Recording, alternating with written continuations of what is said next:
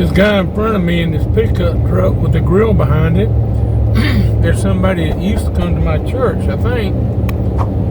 His brother, Matt, is still the drummer at our church. And I wish he'd come back around. His name's Chris and Grill. He goes around and grills for special events and stuff. I think he parks like in gas stations and stuff, cooks barbecue and stuff too. If y'all see him out and about, stop and give him some business. You don't know I'm behind him. I just had to be out riding around trying to find something to video and happened to run across him. Okay, have a great day.